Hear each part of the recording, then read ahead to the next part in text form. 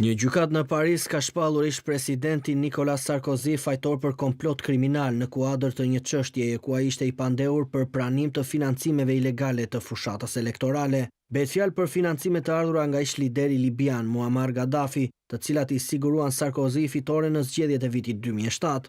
Megjithatë, gjykata e shfaqsoi Sarkozy nga akuza e korrupsionit pasiv, përvetësimit të fondeve publike libiane dhe disa akuza të tjera. Akuza për komplotin kriminal lidhet me përfshirjen e tij në një grup që përgatiti një aferë korrupsioni mes viteve 2005-2007, deklaroi gjykata. Instanca është ende duke detajuar vendimin e saj dhe nuk e ka dënuar menjëherë ish presidentin, aktualisht 70 vjeç, që qeverisi Francën mes viteve 2007-2012. Sarkozy mund të apelojë verdiktin dhe nëse fiton mund të pezullojë çdo dënim që pritet të dalë prej tij. Vendimi i gjykatës së Parisit e bën Sarkozy të parin kryetar shteti që dënohet për një krim të një niveli kaq të lartë. Prokurorët e kanë akuzuar atë për arritjen e një marrëveshje me Gaddafin që do të dhuronte para për fushat dhe në këmbim do të përfitonte lobin për Libinë në arenën ndërkombëtare dhe zbutjen e dënimit për të vëllain e liderit libian, Abdallah Senozi, i dënuar në Francë për sulm me bombë ndaj një avioni pasagjerësh që la 170 persona të vdekur.